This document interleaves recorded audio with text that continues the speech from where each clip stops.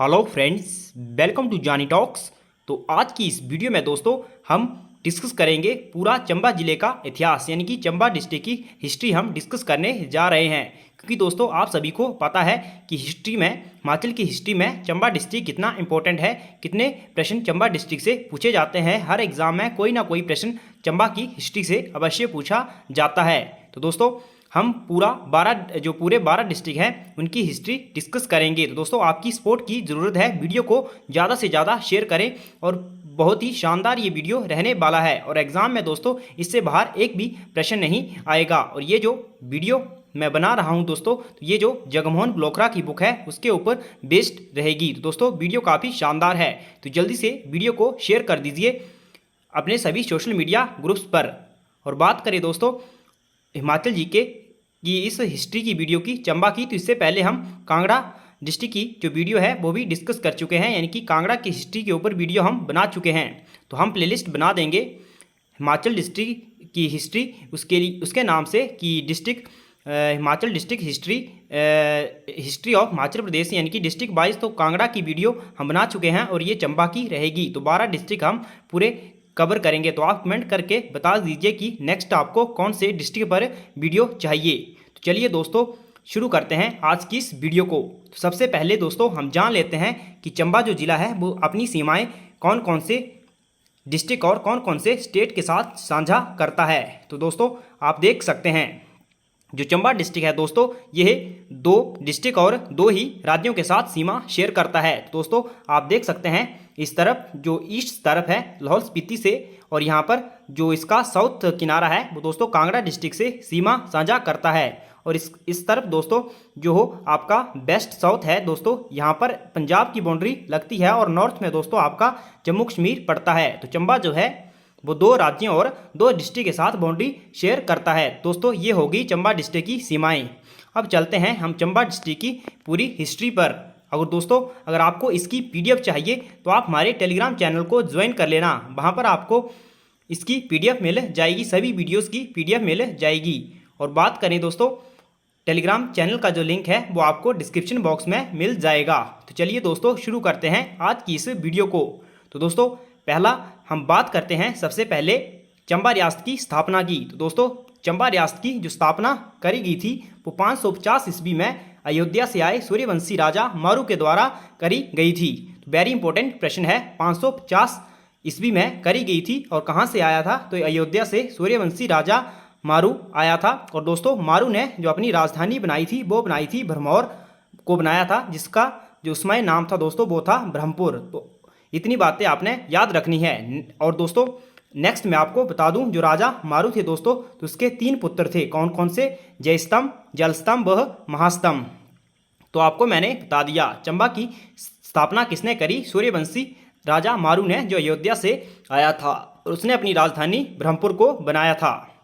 Next है दोस्तों, और इससे बाद जो मेन राजा हुआ दोस्तों, मेन राजा था आदित्य वर्मन। दोस्तों जो आदित्य वर्मन है ये कब राजा बना? तो ये बना था 620 ईस्वी में। और जो आदित्य वर्मन है दोस्तों, यह जो मेरू वर्मन है जो प्रसिद्ध राजा था दोस्तों चंबा का हुआ था, मारू लग था दोस्तों और मेरू वर्मन लग था, इसमें आपने कन्फ्यूज नहीं होना है।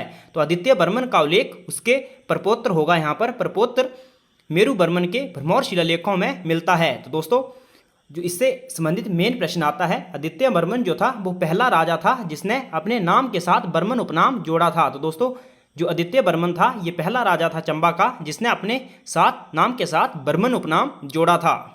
और कुल्लू के इतिहास में भी जो सबसे पुराना उल्लेख आता है दोस्तों वो आदित्य वर्मन के बारे में है। तो इससे ये प्रश्न बनता है कि पहला राजा कौन था चंबा का जिसने अपने नाम के साथ वर्मन उपनाम जोड़ा? तो वो था आदित्य वर्मन। इसके बाद दोस्तों जो राजा हुए वो हुए बाला वर्मन और दिवाकर वर्मन। तो आपने याद रखना है कब ये राजा बने। बाला वर्मन बना 640 में और दिवाकर वर्मन बना 660 ईस्वी में। इससे संबंधित कोई अन्य ठोस जानकारी नहीं मिलती है इन राजाओं के बारे में।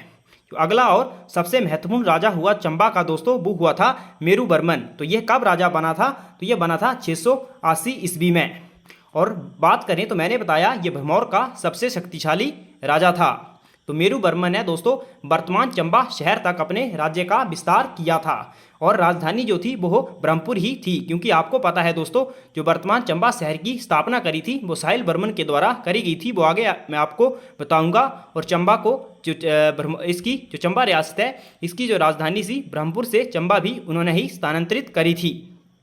तो जो मेरू बर्मन राजा था दोस्तों उसके समय महत्वपूर्ण घटना है तो उसने कुल्लू के राजा दत्तेश्वर पाल को हराया था। तो काफ़ी शक्तिशाली राजा था, इसने कुल्लू के राजा दत्तेश्वर पाल को हराया था। तो एग्जाम में काफ़ी बार क्वेश्चन पूछा जाता है कि कुल्लू के राजा दत्तेश्वर पाल को चंबा के किस राजा ने हराया था, तो वो है दोस्तों मेरू बर्मन राजा। और अन्य दोस्तों जो मेरू बर्मन था इसने भरमौर में मणिमहेश मंदिर, लखना देवी मंदिर, गणेश मंदिर, नरसिंह मंदिर और छतरारी में दोस्तों शक्ति देवी मंदिर के निर्माण करवाए थे।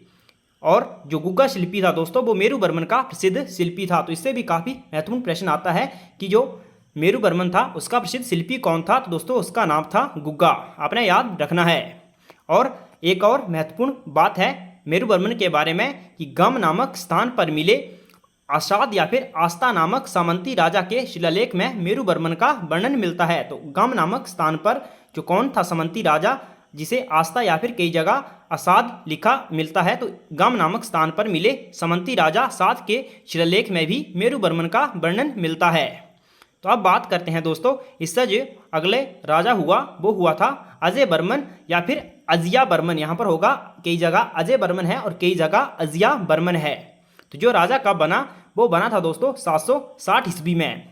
इसके बारे में एक महत्वपूर्ण जो फैक्ट है वो है कि गद्दियों के अनुसार वह अजय बर्मन के समय दिल्ली से आकर भरमौर में बसे थे। तो यही महत्वपूर्ण लाइन है इसके समय कि गद्दियों के अनुसार गद्दी मानते हैं कि वह राजा अजय बर्मन के समय दिल्ली से आकर भरमौर में बसे थे। और बात करें इस राजा की दोस्तों तो ये राजा जो था बड़ा व्रतधारी था। जब इसका बड़ा पुत्र हुआ तो इसने राजपाट त्याग कर खुद संन्यास ले लिया उसे सौंपकर, और खुद जो रावी और बुद्धिल नदियों का संगम है उस उलांसा के निकट रहने लगा। तो दोस्तों रावी और बुद्धिल नदियों का जो संगम है आपने खड़ामुख नाम सुना होगा, तो वहाँ पर रावी और बुद्धिल नदियों का संगम होता है और उसके ऊपर ही एक गांव है उलांसा, तो उस वहाँ पर ये रहने लगा था। तो कौन अजिया बर्मन जो राजा था वो रावी और बुद्धिल नदियों के संगम पर उलांसा के निकट रहने लगा था। तो ऐसा भी प्रश्न आता है किस राजा ने अपने पुत्र को राजपाट सौंप कर खुद संन्यास ले लिया और वह कहाँ रहने लगा, तो वह लगा दोस्तों उलांसा के निकट रहने, और राजा कौन था अजिया बर्मन। तो इसके बारे में ये जानकारी है। बाकी नेक्स्ट है दोस्तों स्वर्ण बर्मन 780 ईस्वी में राजा हुआ, लेकिन इस राजा के बारे में कोई विशेष जानकारी नहीं है, आपको बस याद रखना है राजा का नाम स्वर्ण बर्मन। नेक्स्ट आपको बात करें दोस्तों तो प्रसिद्ध राजा हुआ लक्ष्मी बर्मन। तो दोस्तों लक्ष्मी बर्मन इसने कोई प्रसिद्ध ऐसा कार्य नहीं किया, लेकिन दोस्तों इसके समय से काफ़ी प्रश्न एग्जाम में पूछे जाते हैं। तो राजा कब बना ये बना था 800 ईस्वी में। और दोस्तों जो लक्ष्मी बर्मन था इसके समय चंबा राज्य में हैजा महामारी फैल गई थी जिससे बहुत लोग मारे गए। तो कौन से राजा के समय हैजा महामारी फैली थी ऐसा प्रश्न आता है, तो वो था लक्ष्मी बर्मन। तो इसी समय दोस्तों जब चंबा में हैजा बीमारी फैली थी तो बहुत से लोग मारे गए और चंबा जो राज्य था वो कमज़ोर हो गया। तो इसी का फायदा उठाते हुए जो किरात थे या फिर तिब्बती थे उन्होंने चंबा पर आक्रमण कर दिया, और जिसमें ये जो राजा था लक्ष्मी बर्मन वह मारा गया। और चंबा राज्य पर दोस्तों जो किरात थे तिब्बती थे उन्होंने अपना अधिकार कर लिया था। तो ये काफ़ी महत्वपूर्ण प्रश्न इससे पूछे जाते हैं। और दोस्तों इसी परिस्थिति का लाभ उठाकर कुल्लू के शरणार्थी राजा जोरेश्वर पाल ने बुसैर रियासत की सहायता से स्वयं को स्वतंत्र करवा लिया। तो दोस्तों आपको मैंने पहले बताया था कि मेरू बर्मन के समय जो मेरू बर्मन था उसने कुल्लू के राजा दत्तेश्वर पाल को हराया था। तो कुल्लू जो था दोस्तों वो चंबा के अधीन आ चुका था, लेकिन कुल्लू के राजा ने इस मौके का फायदा उठाया और जो राजा था उस समय वो था राजा जोरेश्वर पाल। तो उसने बुसैर की रियासत की सहायता से दोस्तों स्वयं को स्वतंत्र करवा लिया था। तो आप बात करें दोस्तों तो चंबा जो था दोस्तों वो 20 वर्षों 10-15 वर्ष या फिर 20 वर्ष कह सकते हैं आप किरातों के अधीन रहा था।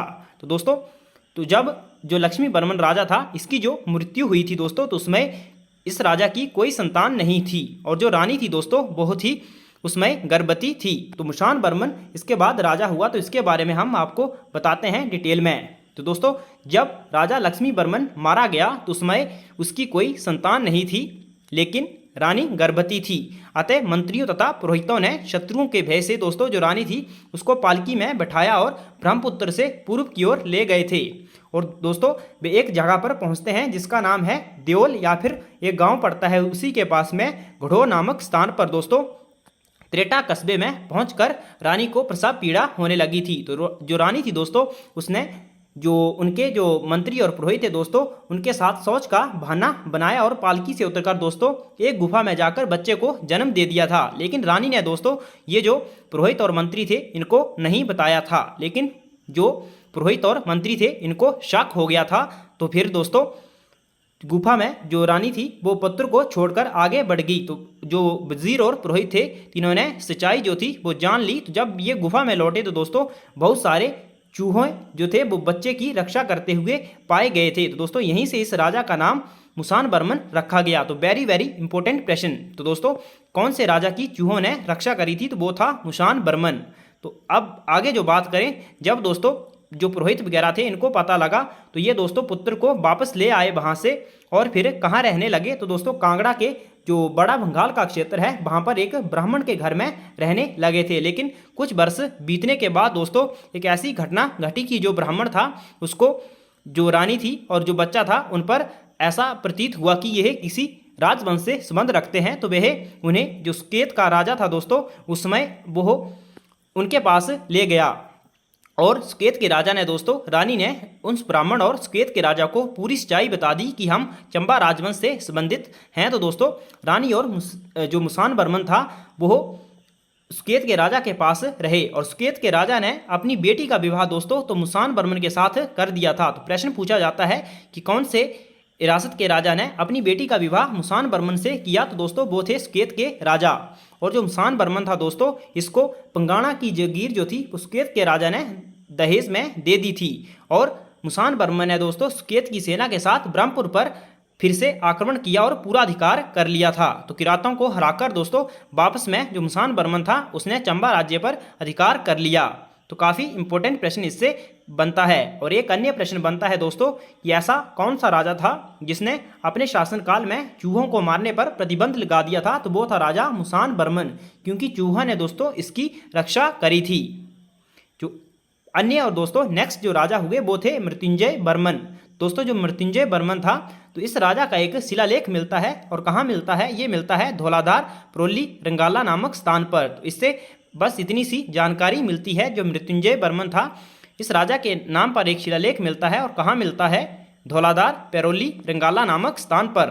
तो दोस्तों अगर वीडियो आपको पसंद आ रही है तो वीडियो को जरूर लाइक करें और अपने दोस्तों में भी शेयर करें। तो दोस्तों इस वीडियो को बनाने में काफ़ी मेहनत लगी है, तो आप सभी के सपोर्ट की हमें ज़रूरत है। तो वीडियो को ज़्यादा से ज़्यादा अपने दोस्तों में शेयर करें और चैनल पर पहली बार विजिट कर रहे हो तो चैनल को भी अवश्य सब्सक्राइब करें।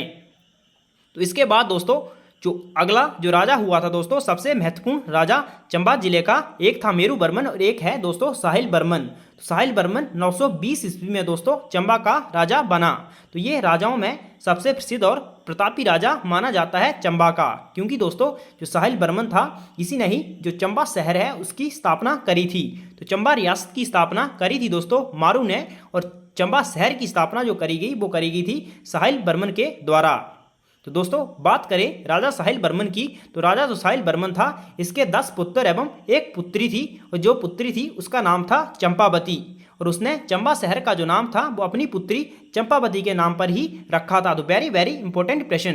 तो जो राजा साहिल बर्मन की पुत्री थी चंपावती उसी के नाम पर चंबा शहर का नाम रखा गया। और दोस्तों ये जो 10 पुत्र और एक पुत्री हुए थे राजा साहिल बर्मन को, ये उनका एक प्रसिद्ध गुरु था योगी चरपटनाथ। उनके वरदान के रूप में दोस्तों उनको यह पुत्र और एक पुत्री की प्राप्ति हुई थी, पहले इन्हें संतान नहीं होती थी। तो दोस्तों बाद में जो योगी चरपटनाथ था 84 योगियों का समूह था, वह योगी था। तो दोस्तों उसने जो राजा साहिल बर्मन था उसको निर्देश दिया था कि वह अपनी राजधानी ब्रह्मपुर से चंबा ले जाए।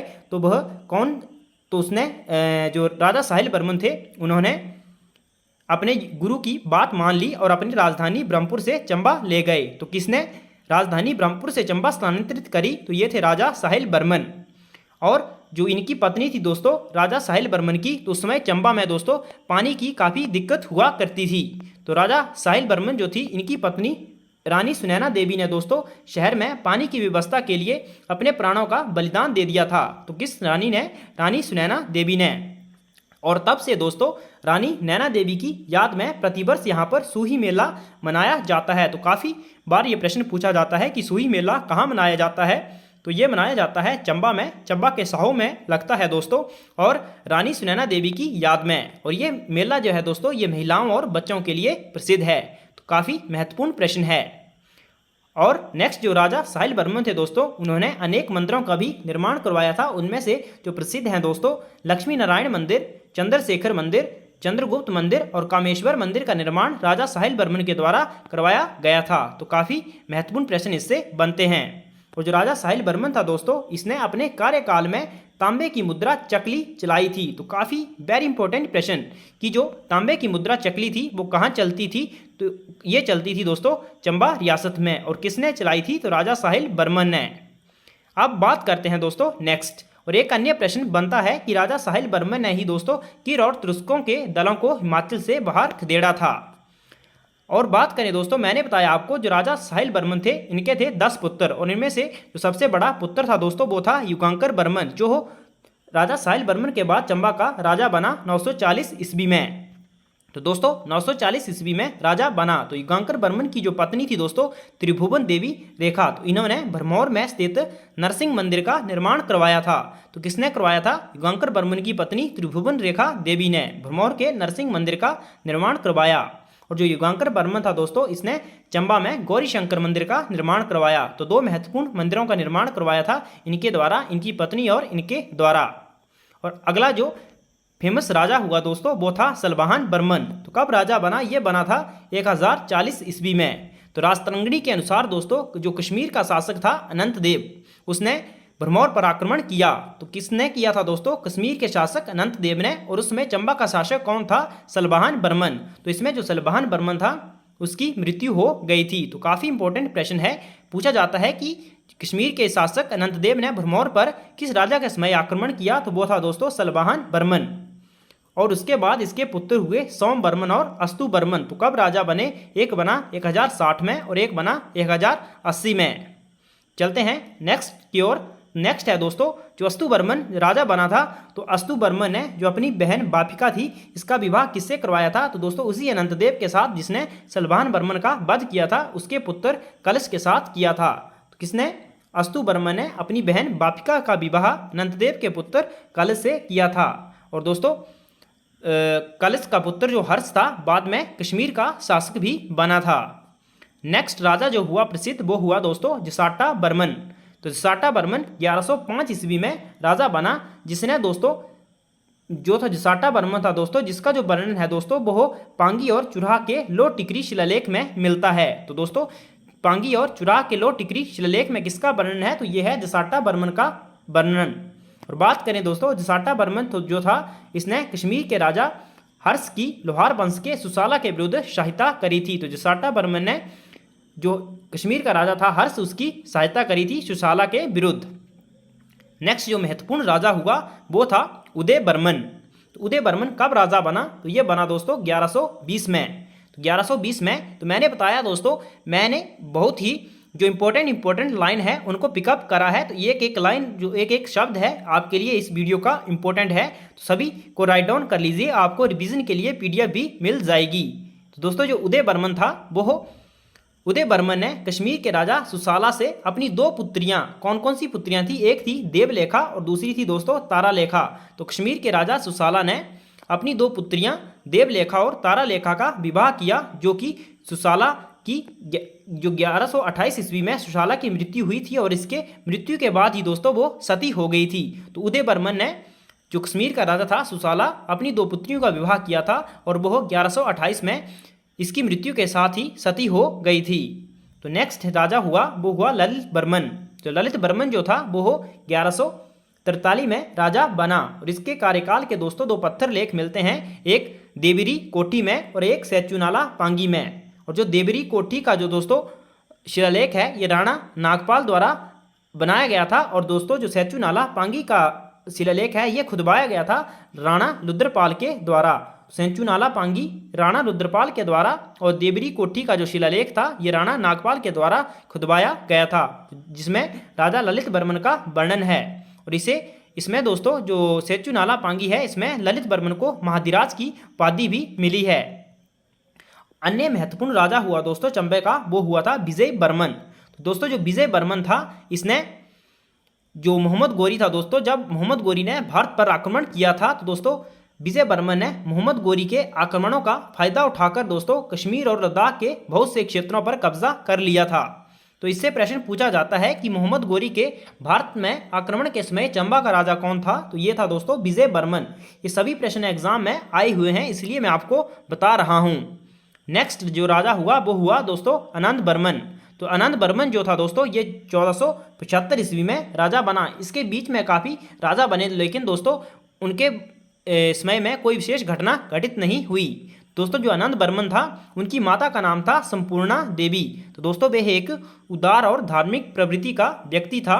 उसका विवाह कांगड़ा राजघराने में हुआ था। तो काफ़ी इंपॉर्टेंट प्रश्न है कि कौन से राजा का विवाह कांगड़ा राजघराने में हुआ, तो वो था दोस्तों आनंद वर्मन। और माना जाता है कि इस राजा के पास चमत्कारी शक्तियां थी। तो ये भी प्रश्न आता है कि चंबा के कौन से राजा के पास चमत्कारी शक्तियां थी, तो वो था दोस्तों आनंद वर्मन। तो इससे इतने प्रश्न बनते हैं। नेक्स्ट जो राजा हुआ दोस्तों वो हुआ था गणेश वर्मन। तो गणेश वर्मन भी काफ़ी प्रसिद्ध था, क्योंकि दोस्तों इसी राजा ने सर्वप्रथम अपने नाम के साथ सिंह उपाधि का प्रयोग किया था। तो वर्मन उपाधि का मैंने आपको बताया किसने किया था, दोस्तों आदित्य वर्मन के द्वारा सबसे पहले वर्मन उपाधि का प्रयोग किया गया, और गणेश वर्मन के द्वारा सर्वप्रथम सिंह उपाधि का प्रयोग किया गया। नेक्स्ट है प्रताप सिंह वर्मन। तो दोस्तों ये प्रताप सिंह जो वर्मन था ये अकबर का समकालीन चंबा का राजा था। तो ये भी प्रश्न आता है कि चंबा का कौन सा राजा अकबर का समकालीन था, तो ये था प्रताप सिंह वर्मन। और जो प्रताप सिंह वर्मन था दोस्तों ये भी काफ़ी प्रतापी राजा था। इसने कांगड़ा के राजा चंद्रपाल को हराकर गुलेर को चंबा रियासत में मिला लिया। तो किसने? प्रताप सिंह वर्मन ने कांगड़ा के राजा चंद्रपाल को हराया और गुलेर को दोस्तों चंबा रियासत में मिला लिया था। और इसी के कार्यकाल में दोस्तों मृकुला देवी की जो प्रतिमा है वो उदयपुर मृकुल में स्थापित की गई। तो यह कहाँ है दोस्तों? लाहौल स्पीति में है। तो काफ़ी इंपॉर्टेंट प्रश्न ये हो जाता है कि जो राजा प्रताप सिंह वर्मन था उसी के समय मृकुला देवी की जो प्रतिमा थी उदयपुर मृकुल में स्थापित करी गई थी। और एक प्रश्न बनता है जो रामपति था दोस्तों ये दोनों का गुरु था, गणेश वर्मन और प्रताप सिंह वर्मन का जो राजगुरु था वो कौन था? रामपति। तो ये भी एग्जाम में क्वेश्चन पूछा गया है। नेक्स्ट जो राजा हुआ दोस्तों वो हुआ था बलभद्र वर्मन, और दोस्तों उसका जो पुत्र था वो था जनार्दन। दोस्तों बलभद्र वर्मन कब राजा बना? तो 1599 में ये राजा बना था। तो बलभद्र वर्मन जो दोस्तों ये जो अपने स्वभाव से बहुत ही दयालु और दानवीर था दोस्तों, उसे लोग बालीकरण कहते थे। तो ये प्रश्न आता है कि चंबा के कौन से राजा को बालीकरण कहा जाता था? तो ये था दोस्तों बलभद्र वर्मन, क्योंकि दोस्तों इसने बहुत से जो ब्राह्मण थे उनको भूमि और धन ब्राह्मणों को दान में दिया था। दोस्तों जो उसका पुत्र था जनार्दन उसने उसको गद्दी से हटाकर स्वयं वह गद्दी पर बैठ गया। तो जनार्दन के समय जो नूरपुर का राजा था दोस्तों सूरजमल, वो मुगलों से बचकर उसी के महल में छुपा हुआ था। यहाँ पर थोड़ा सा मिस्टेक हो गई है प्रिंटिंग। तो दोस्तों सूरजमल जो था इसने शरण ली थी चंबा में राजा जनार्दन के समय। तो सूरजमल के जो भाई था दोस्तों जगत सिंह जो नूरपुर का राजा था। तो ये कहाँ के राजा थे दोस्तों?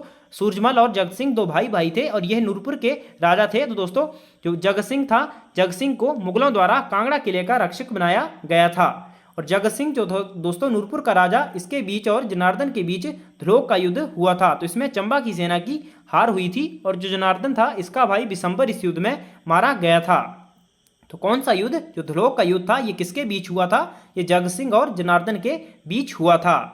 और नेक्स्ट की बात करें तो दोस्तों जनार्दन को भी 1623 ईस्वी में जो जगत सिंह था उसने धोखे से मरवा दिया था और बाद में बलभद्र वर्मन को पुनः चंबा का राजा बनाया गया था। लेकिन दोस्तों जो चंबा राज्य था ये 20 वर्षों तक जगत सिंह के कब्जे में ही रहा था।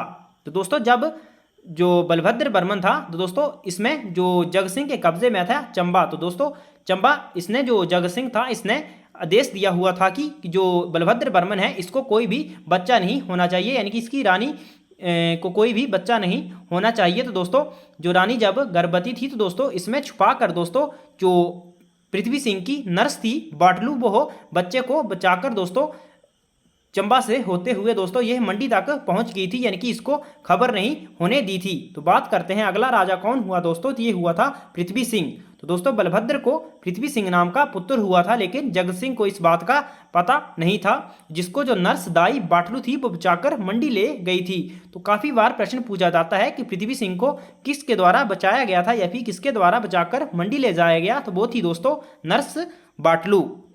नेक्स्ट है जगत सिंह ने शाहजहां के विरुद्ध 1641 में विद्रोह कर दिया। तो दोस्तों जब जगत सिंह ने शाहजहां के विरुद्ध विद्रोह किया था तो इसी मौके का फायदा पृथ्वी सिंह ने उठाया और मंडी और सुकेत रियासत की मदद से रोहतांग दर्रा पांगी चुराह को पार कर दोस्तों चंबा पहुंचा और चंबा पर कब्जा कर लिया था। तो ये उसने मौके का फायदा उठा लिया। और पृथ्वी सिंह जो था दोस्तों इसने शाहजहां के शासनकाल में 9 बार दिल्ली की यात्रा करी थी और रघुवीर की प्रतिमा शाहजहां से भेंट प्राप्त करी थी। तो ऐसे प्रश्न पूछा जाता है कि चंबा का ऐसा कौन सा राजा था जिसने शाहजहां से रघुवीर की प्रतिमा भेंट द्वारा प्राप्त करी थी, तो वो था दोस्तों पृथ्वी सिंह। नेक्स्ट जो राजा हुआ वो था चतर सिंह। तो ये फेमस है दोस्तों क्योंकि इसने जो औरंगजेब था दोस्तों उसके हिंदू मंदिरों के तोड़ने के आदेश को मानने से इनकार कर दिया था 1678 ईस्वी में, इसीलिए यह राजा काफ़ी फेमस है। और इसकी जो अन्य बातें हैं दोस्तों, चतर सिंह ने बसोली पर आक्रमण कर वहाँ के राजा संग्राम पाल से भलई परगना जीत लिया था। तो दोस्तों बसोली जो है ये वर्तमान जम्मू में पड़ता है और वहाँ के राजा संग्राम पाल को हराकर जो भलई परगना है वो जीत लिया था। बाकी मैंने बता दिया। चतर सिंह जो था दोस्तों इसने गुलेर के राजा राज सिंह, बसोली के राजा धीरजपाल, जम्मू के राजा कृपाल देव के साथ मिलकर जो पंजाब का सूबेदार था मिर्जा रियाज बेग उसको भी हराया था। तो दोस्तों जो ये राजा था ये 3 कामों के लिए काफ़ी प्रसिद्ध था। नेक्स्ट जो राजा हुआ प्रसिद्ध वो था दोस्तों उदय सिंह। तो ये 1690 से लेकर 1720 तक राजा रहा। तो दोस्तों चतर सिंह का जो पुत्र था वो था उदय सिंह। तो उदय सिंह ने दोस्तों इनका जो वजीर था उदय सिंह का वो था इसका चाचा जय सिंह। लेकिन जब इसके चाचा जय सिंह की मृत्यु हुई थी दोस्तों तो उसने एक नाई को अपने पुत्री के प्रेम में पकड़कर वजीर नियुक्त कर दिया। तो ये प्रश्न काफ़ी पूछा जाता है कि किस राजा ने, चंबा के किस राजा ने एक नाई को उसके पुत्री के प्रेम में पकड़कर चंबा का वजीर नियुक्त कर दिया, तो वो राजा था दोस्तों उदय सिंह। और उदय सिंह के बाद दोस्तों 1720 में जम्मू के राजा ध्रुवदेव की सहायता से उसका पुत्र उग्र सिंह राजा बना। तो कौन बना था दोस्तों? उग्र सिंह, क्योंकि दोस्तों जो इसके चचेरे भाई थे उनके बीच सिंहासन के लिए संघर्ष शुरू हो गया था। तो यह जम्मू के राजा जो ध्रुवदेव था जम्मू का राजा उसकी सहायता से राजा बना। और इसके बाद जो उग्र सिंह था उसका चचेरा भाई दलेल सिंह चंबा का राजा बना। तो दोस्तों चलते हैं नेक्स्ट राजा की ओर। तो नेक्स्ट जो राजा हुआ वो हुआ उमेद सिंह। ये कब राजा बना? ये बना दोस्तों 1748 ईस्वी में। तो उमेद सिंह के शासनकाल में दोस्तों जो चंबा था, चंबा का राज्य मंडी की सीमा तक फैल गया था। और ये काफ़ी प्रसिद्ध राजा था क्योंकि दोस्तों इसी के समय जो चंबा का रंग महल था उसकी नींव रखी गई थी, यानी कि उमेद सिंह ने ही जो चंबा का रंग महल है इसकी नींव रखी थी। और जो उमेद सिंह था दोस्तों इसका पुत्र था राज सिंह जो राजनगर में पैदा हुआ। और जो उमेद सिंह था इसने ही राजनगर में नाडा महल बनाया था। तो प्रश्न पूछा जाता है कि राजनगर में नाडा महल किसने बनवाया था? तो यह उमेद सिंह के द्वारा बनाया गया था। और दोस्तों ये काफ़ी इंपॉर्टेंट प्रश्न है। जो राजा उमेद सिंह था दोस्तों इसने अपनी मृत्यु के बाद रानी को सती न होने का आदेश छोड़ रखा था। ये प्रश्न पूछा जाता है किस राजा ने अपनी मृत्यु के बाद रानी को सती न होने का आदेश छोड़ रखा था? तो ये था दोस्तों राजा उमेद सिंह।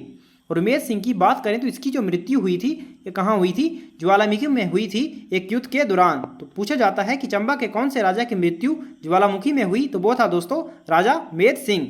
इससे इतने प्रश्न बनते हैं। नेक्स्ट जो राजा हुआ वो था राजा राज सिंह। तो राज सिंह दोस्तों 1764 से 1794 के बीच राजा बना। और जब राजा बना था तो उसकी आयु थी मात्र दोस्तों 9 वर्ष। इसी के शासनकाल में दोस्तों जब ये छोटा था तो घुमंडचंद ने इसका फायदा उठाकर दोस्तों पठियार जो था उसको चंबा से छीन लिया। लेकिन कुछ ही वर्षों के बाद दोस्तों जो राज सिंह था इसकी जो माँ थी दोस्तों उसने जम्मू के रणजीत सिंह की मदद से पुनः इसको प्राप्त कर लिया। और इसके बारे में है मेन जो दोस्तों क्वेश्चन बनता है वो है इसमें चंबा के राजा जो राज सिंह था और कांगड़ा के राजा संसार चंद के बीच दोस्तों घरेलू कब्जे के लिए युद्ध हुआ था। और दोनों के बीच दोस्तों 86 में 88 में शाहपुर की संधि भी हुई थी। तो राजा राज सिंह की दोस्तों बात करें, मृत्यु 1794 में हो गई थी युद्ध के दौरान। और कैसे हुई थी इसकी मृत्यु, तो दोस्तों ये हुई थी अजीत सिंह पूर्विया की तलवार लगने से। तो प्रश्न पूछा जाता है कि जो चंबा का राजा था राज सिंह, इसकी मृत्यु कब हुई, तो ये हुई 1794 में। और किसकी तलवार लगने से, तो अजीत सिंह पूर्विया की तलवार से। और काफ़ी जो 8 से क्वेश्चन पूछा जाता है कि निक्का, रांझा, छज्जू और हरकू जो थे दोस्तों वो कहाँ के चित्रकार थे, ये थे चंबा के चित्रकार। और कौन से राजा के दरबार में थे, तो ये थे दोस्तों राज सिंह के दरबार में। निक्का, रांझा, छज्जू और हरकू ये 4 प्रसिद्ध निपुण कलाकार थे राज सिंह के दरबार में। और मैंने आपको बता दिया जो चंबा के राजा राज सिंह और कांगड़ा का राजा था दोस्तों संसार चंद, उनके बीच 1788 ईस्वी में शाहपुर की संधि हुई थी। तो चंबा के राजा राज सिंह और कांगड़ा के राजा संसार चंद के बीच। नेक्स्ट जो राजा हुआ दोस्तों वो हुआ राजा जीत सिंह। जीत सिंह 1794 में राजा बना। और दोस्तों जीत सिंह ने नाथू वजीर को संसार चंद के खिलाफ युद्ध में सैनिक के लिए भेजा था। तो दोस्तों जो नाथू वजीर था यह चंबा का वजीर था। तो प्रश्न पूछा जाता है कि नाथू वजीर किस रियासत का वजीर था, तो ये था चंबा का। और इसने दोस्तों जीत सिंह ने संसार चंद के खिलाफ नाथू वजीर को सेना भेजी थी। और संसार चंद के खिलाफ जो नाथू वजीर था दोस्तों, इसने जो गोरखा कमांडर था अमर सिंह थापा और जो बिलासपुर के राजा थे महान चंद, उनका साथ दिया था, यानी कि उनके अधीन युद्ध लड़ने गया था। और जो अमर सिंह थापा था दोस्तों, इसने कांगड़ा के राजा संसार चंद को हरा दिया था। ये मैं कांगड़ा की हिस्ट्री में बता चुका हूं दोस्तों आपको। और महानचंद के बारे में दोस्तों मैं आपको बिलासपुर की जब हिस्ट्री करवाऊंगा तो तब मैं आपको बताऊंगा। तो नेक्स्ट राजा की ओर चलते हैं। तो नेक्स्ट राजा हुआ दोस्तों चढ़ सिंह, या फिर जिसको चरहट सिंह के नाम से भी जाना जाता है। तो ये 1808 में राजा बना। कितनी आयु में, मात्र 6 वर्ष की आयु में राजा बना था। और उस समय दोस्तों जो नाथू वजीर था वो राजकाज देखता था। तो नाथू वजीर मैंने आपको बताया काफ़ी इंपॉर्टेंट रोल इसने अदा किया है। और रानी जो शारदा थी दोस्तों, जो चरहट सिंह की माँ थी, इन्होंने 1825 में राधा कृष्ण मंदिर की स्थापना करी। तो रानी शारदा के द्वारा राधा कृष्ण मंदिर की स्थापना भी करी गई थी। और दोस्तों 1838 में जो वजीर नाथू था इसकी मृत्यु हो जाती है। और उसके बाद जो चंबा का वजीर बनता है वो बनता है वजीर भागा। तो ये भी इंपॉर्टेंट है कि वजीर भागा किस रियासत का वजीर था, तो ये था दोस्तों चंबा का। नाथू वजीर की 1838 में मृत्यु के बाद ये चंबा का वजीर बनता है। और जो चढ़ सिंह था दोस्तों, इसी के समय जो प्रथम यूरोपियन थे उन्होंने चंबा की यात्रा करी थी। वो कौन थे दोस्तों, वो बिगने और जनरल कनिंगम ने चंबा की यात्रा करी थी 1839 ईस्वी में। तो प्रथम यूरोपियन जिसने चंबा की यात्रा करी थी दोस्तों वो था लॉर्ड बिगने या फिर जनरल कनिंगम, इन दोनों ने यात्रा करी थी। और बात करें चंबा में अंतिम बार सती प्रथा का जो पालन था वो दोस्तों यहाँ पर 1300 नहीं होगा, 1844 होगा। 1844 में चरहट सिंह की मृत्यु के समय किया गया था। तो मैंने आपको बताया था दोस्तों, मेर सिंह ने अपनी रानियों को सती न होने का आदेश छोड़ रखा था। और अंतिम बार जो पालन किया गया सती प्रथा का वो चरहट सिंह के समय किया गया 1844 ईस्वी में। तो काफ़ी महत्वपूर्ण यह प्रश्न है। नेक्स्ट जो राजा हुआ वो हुआ दोस्तों श्री सिंह, जो 1844 में राजा बना। और यह मात्र 5 वर्ष की आयु में राजा बना था। श्री सिंह ने दोस्तों अपने माँ और वजीर भागा की सहायता से दोस्तों राज्य का जो कारोबार चलता था तो श्री सिंह की माँ अपने मंत्री वजीर भागा के सहायता से चलाती थी। इसी के समय दोस्तों जो श्री सिंह था, इसी के समय चंबा में लक्कड़ शाह ब्राह्मण जो था वो प्रसिद्ध हुआ था और उसने प्रशासन पर नियंत्रण बनाए रखा था। और इसने अपनी मुद्रा जो थी वो लक्कड़ शाही भी चलाई थी। तो प्रश्न पूछा जाता है कि लक्कड़ शाह ब्राह्मण कौन सी रियासत में था, तो चंबा में। और किस राजा के समय था, तो श्री सिंह के समय। और नेक्स्ट बात करें तो जो दोस्तों अंग्रेज सिख युद्ध हुआ था 1846 में, जब 9 मार्च 1846 में संधि हुई थी तो इसके द्वारा ब्यास और सतलुज के बीच का क्षेत्र दोस्तों अंग्रेजों को मिल गए थे। और इसके बाद जब 16 मार्च 1846 की एक और संधि हुई तो रावी और सिंधु के नदियों के बीच का क्षेत्र दोस्तों जम्मू के राजा गुलाब सिंह को देने का फैसला हुआ, जिसका चंबा ने विरोध किया क्योंकि दोस्तों चंबा जो था ये भी इसी क्षेत्र में आता था। तो लेकिन दोस्तों जो वजीर भागा था उसके प्रयास और जो सर हेनरी लॉरेंस थे इनके प्रयासों से चंबा ने अपनी स्वतंत्रता बनाए रखी। और जो जम्मू का राजा था गुलाब सिंह दोस्तों, इसको जो चंबा का भद्रवाह क्षेत्र है वो गुलाब सिंह को सौंप दिया गया। इसी कारण दोस्तों जो भद्रवाह है पहले चंबा का हिस्सा हुआ करता था, जो कि अब जम्मू का हिस्सा है। तो काफ़ी महत्वपूर्ण प्रश्न है। तो ये प्रश्न आता है कि किसके प्रयासों से चंबा की स्वतंत्रता बनी रही, तो वो था सर दोस्तों सर हेनरी लॉरेंस और वजीर भागा के प्रयासों से। नेक्स्ट है तो दोस्तों इससे एक महत्वपूर्ण प्रश्न बनता है कि जो 1857 का संग्राम हुआ था दोस्तों, उसमें चंबा का राजा था श्री सिंह और इसने अंग्रेजों का साथ दिया था और मियाँ अवतार सिंह के अधीन, जो दोस्तों मियाँ अवतार सिंह था उसके अधीन अंग्रेजों की सहायता के लिए सेना भेजी थी। तो यहाँ पर डलहौजी को सेना भेजी थी, यहाँ पर प्रिंटिंग मिस्टेक है, तो डलहौजी में सेना भेजी थी मियाँ अवतार सिंह के अधीन। और जो 1863 में दोस्तों जो चंबा का राजा था श्री सिंह, उसकी प्रशासन में मदद के लिए मेजर ब्लेयर रीड को चंबा का प्रबंधक यानी कि सुपरिटेंडेंट नियुक्त किया गया। तो किसे? मेजर ब्लेयर रीड को। और जो मेजर ब्लेयर रीड थे दोस्तों, इन्होंने चंबा में अनेक प्रशासनिक सुधार किए और इन्होंने PWD भाग की स्थापना भी चंबा में करी और अनेक स्कूल और पोस्ट ऑफिस भी खोले। तो जो मेजर ब्लेयर रीड था दोस्तों, इसने चंबा में अनेक सुधार किए। और वर्ष 1864 में दोस्तों चंबा की वन संपदा थी ये 99 वर्ष के लिए अंग्रेजों को पट्टे पर दे दी गई थी। तो ये भी राजा श्री सिंह के समय दी गई थी। कब? 1864 में। नेक्स्ट जो राजा हुआ दोस्तों वो हुआ गोपाल सिंह। तो गोपाल सिंह जो था दोस्तों ये श्री सिंह का छोटा भाई था और दोस्तों यह 1870 में राजा बना और मात्र दोस्तों इसने 3 वर्ष अपना शासन किया और बाद में यह इसके जगह हटाकर दोस्तों इसका जो बड़ा बेटा था श्याम सिंह उसको राजा बनाया गया। लेकिन जो गोपाल सिंह था इसके समय दोस्तों एक महत्वपूर्ण घटना घटी थी, वो ये थी कि जो वायसराय था लॉर्ड मेयो, इसने चंबा में यात्रा करी थी राजा गोपाल सिंह के समय। तो प्रश्न पूछा जाता है कि जब लॉर्ड मेयो ने दोस्तों 1871 में चंबा की यात्रा करी तो उसमें चंबा का राजा कौन था? तो वो था गोपाल सिंह। तो वेरी वेरी इंपॉर्टेंट प्रश्न है। नेक्स्ट जो राजा हुआ मैंने बताया तो गोपाल सिंह के बड़े बेटे श्याम सिंह को राजा बनाया गया।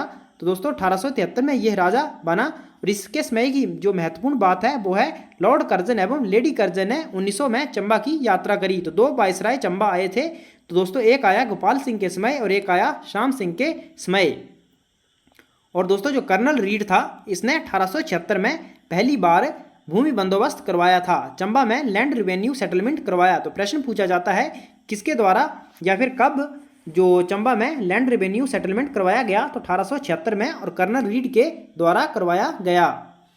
और जो श्याम सिंह था दोस्तों इसका छोटा भाई था मियाँ भूरी सिंह जो आगे चल के चंबा का राजा बना। तो दोस्तों 1898 ईस्वी में मियाँ भूरी सिंह को चंबा का वजीर बनाया गया था जब श्याम सिंह शासक था। और इसके बाद दोस्तों जब जो ये श्याम सिंह था ये बीमार हो गया 1902 ईस्वी में और 1904 में दोस्तों भूरी सिंह चंबा का राजा बना। तो इसको जो राजा बनाया गया यानी कि गद्दी पर बिठाया गया, तो जो पंजाब का लेफ्टिनेंट गवर्नर था दोस्तों सर चार्ल्स रिबाज, उसके द्वारा भूरी सिंह को गद्दी पर बिठाया गया। तो ये भी प्रश्न आता है कि किसके द्वारा भूरी सिंह को गद्दी पर बिठाया गया? तो सर चार्ल्स रिबाज के द्वारा। और दोस्तों इससे महत्वपूर्ण बात है कि 1906 में दोस्तों नाइटहुड की उपाधि प्रदान करी गई थी राजा भूरी सिंह को। और प्रसिद्ध जो क्वेश्चन आता है दोस्तों भूरी सिंह म्यूजियम से, तो भूरी सिंह म्यूजियम कहाँ है? ये है चंबा में और इसकी जो स्थापना हुई थी दोस्तों वर्ष 1908 में इसी के समय हुई थी और ये डॉक्टर फोगल के नेतृत्व में दोस्तों खोला गया था भूरी सिंह म्यूजियम। तो नेक्स्ट जो प्रश्न बनता है इंपॉर्टेंट वो है कि साल नदी पर 1910 में दोस्तों एक बिजली घर का निर्माण किया गया जो चंबा शहर को बिजली प्रदान करी। तो दोस्तों चंबा शहर में 1910 के समय ही एक बिजली घर का निर्माण हुआ था और कौन सी नदी पर दोस्तों ये बना था? साल रिवर पर। तो वेरी वेरी इंपॉर्टेंट प्रश्न बन जाता है ये।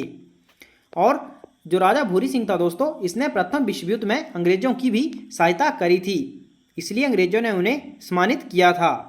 तो अब जो नेक्स्ट राजा हुआ दोस्तों, क्योंकि 1919 में दोस्तों जो भूरी सिंह था इसकी मृत्यु हो जाती है और इसके बाद इसका जो पुत्र बनता है टिक्का राम सिंह वह राजा बनता है। तो टिक्का राम सिंह दोस्तों इसको दोस्तों जो गद्दी पे बिठाया गया था वो पंजाब के गवर्नर एडवर्ड मैकलेगन को जो एडवर्ड मैकलेगन था पंजाब का गवर्नर, उसने गद्दी पर बिठाया था टिक्का राम सिंह को 1920 में गद्दी पर बिठाया।